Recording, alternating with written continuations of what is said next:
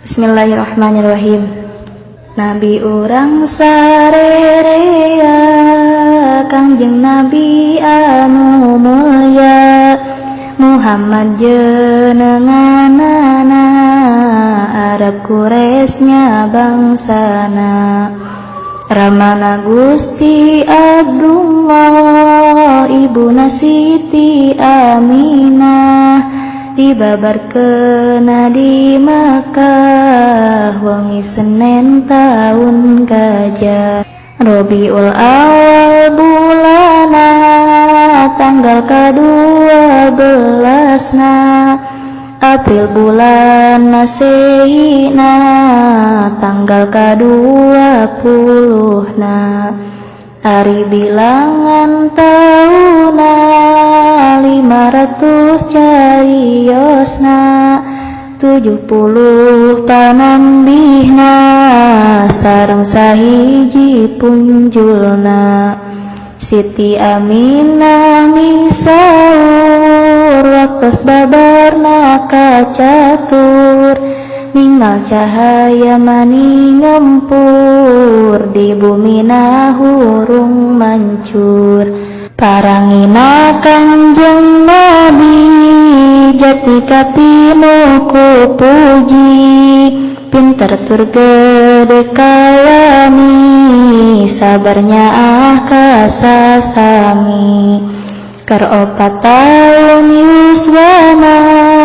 dibersihan manahna Nabi dibelah dadana malaikat nu melahna Jibril kadua rencana Mikail jenenganana ngasihkan kana manahna ilmu hikmah sapinuhna tuluy dada Kangjeng Nabi gancang dirapetkeun deui sarta tengah raos nyari dicap ku hotamin Nabi Rama Nabi kacaturkeun pupusna kacarioskeun basa Nabi dibobotkeun dua sasi kaunggulkeun kagenep taun yuswana ditilar pupus ibuna Nabi dirorok eyangna Abdul Muthalib asmana kersana Rabbul Alamin Kanjeng Nabi nu prihatin yuswa dalatan tahun yakin eyang namulih kabatin sabada wafat eyangna Nabi dirawat pamana Abi Thalib kakasihna saderek tegas ramana Kangjeng Nabi sering pisan dicandakan garasan sok nyandak bareng dagangan didinya teh pajeng pisan kacatur di eta negeri loba pandita Yahudi sareng pandita Nasrani nu tepang jeung Kangjeng Nabi sadayana sasauran ieu jami moal nyalahan pinabieun akhir zaman torek Injil geus ngiberan sifat Nabi panganggesan aya di anjeunna pisan harita loba nu iman ka Nabi ngangkeun pangnutan karesepna Kangjeng Nabi ka Gusti Allah babakti di Gunung Hiro miranti ibadahna saban wengi didinya joka sumpingan Jibril nurunkeun Quran kalawan dawuh pangeran nabi didamel utusan harita yuswana nabi 40 tahun kawarti diutusku Allah pasti ngembarkan agama suci anu iman pangheulana Siti Khadijah garwana Abu Bakar kaduana sahabat nu pangmulyana murang kalih nu nonoman anu pangheulana iman Sayyidina Ali pisan kana bisa derek misan jeung ari jalma belian anu pangheulana iman Sayyid Bilal kaleresan anu jadi tukang adan ari lolobana pisan ka nabi teh ngamusuhan nganiaya ngajailan teu aya pisan ras-rasan nuju tanggal 7 likur bulan Rajab nu kacatur runut kaul nu masyhur Kanjeng Nabi teh disaur dipapagu malaikat nyandak buruk nu kasebat lempangna teh cara kilat tutunggangan Nabi angkat di Makkah ka Baitul Maqdis telami-lami antawis ku jalmi henteu katawis kersana Gusti nu wacis di Baitul Maqdis terasna naik tangga saterusna Mi'raj taya kasebatna ka langit Nabi sumpingna 7 langit sadayana sareng arasy pangluhurna disumpingan sadayana katut surga narakana Kangjeng Nabi ditimbalan ku Gusti nu sifat Rahman anjeunna kuduna tepan salat muji ka pangeran sadayana jalmi iman sami gaduh kewajiban salat nu 5 giliran henteu menang dikurangan salat eta minangkana dina agama tihangna jalmi nu luput salatna nyata rubuh agamana kafir Mekah kacaturkeun barang Nabi nyarioskeun Mi'raj lain dimuliakeun anggur padanya ngeserikeun pada hasud ngakalakeun tidinya Allah ngarasakeun Kangjeng Nabi dialihkeun ka Madinah disirnakeun para sahabat pirang-pirang bumela milu iyang milu ngalisa abdulan tepisan sumoreang tambih kemuliaan Nabi di Madinah asal sepi jadi rame kuno ngaji muji kanu maha suci 10 tahun lamina di Madinah jumanengna agama Islam cahayana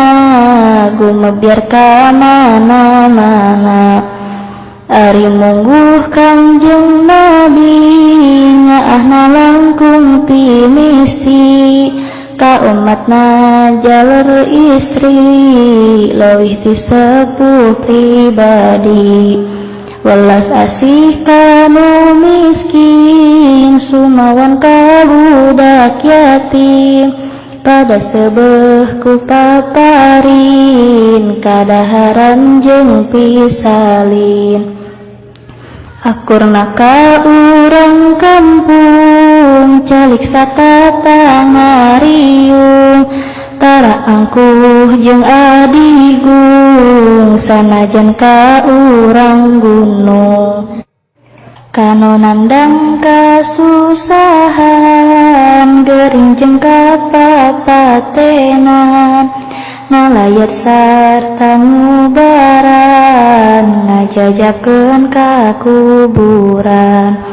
Manis saur manis budi, estu musti kaning jalmi, sajagat mau mendak deui, sae rupa jeung parangi. Rarailir bulan purnama, halis ngalir katumbiri, wawas lir inten widuri, salira harum wawangi. Estu kersaning pangeran, lain sengit di menyanan, karinget padanan dean, diparake sesengitan. Pirang-pirang mujizatna, tawis kanabiyanana, Qur'anna nomor hijina, mujizat nu pangmulyana. Tangkal nu perang dauna, disiram urut agasna, ngabadak loba buahna, sarta hirup saterasna. Domba nu banget kuruna, sarta lepet susuna, diusap ku panangana, ngabadak juu susuna. Dina hiji waktu sreui, sahabat bet kirang cai, teras bae Kangjeng Nabi, mundut cai anu kari. Cai ngan sakedek pisan, estu kabeh pada heran, Nabi nalengkeun panangan, dumadak tuluy manceran. Cai mancer loba pisan, kaluar tina panangan, sela-sela ramo pisan, cukup kerja mareaan. Ya Allah nu sifat Rahman, abdi teh iman ka Tuhan, teu aya deui pangeran, lain ti Allah nu heman. Nu ngadama bumi alam, rau jeung eusina pisan, nu wajib diibadahan, taya anu nya samian. Sareng abdi iman deui ka Muhammad Kangjeng Nabi, yen eta utusan Gusti, miulang ka jalmi-jalmi. Nu sifat kapercantenan, wijaksana tur budiman, bener wungkul sasauran, lain saur kaheureyan. Hormat urang ka anjeunna, di mamangsa jumanengna, sareng sabada wafatna, estu teu aya bentenna. Duh Gusti junjunan abdi, Sayyid Muhammad Habibi, pamugi salira nampi, kanu hina diri abdi. Abdi umat akhir zaman, anu banget panasaran, hoyong tepang ngadehesan, sejatumu serah badan.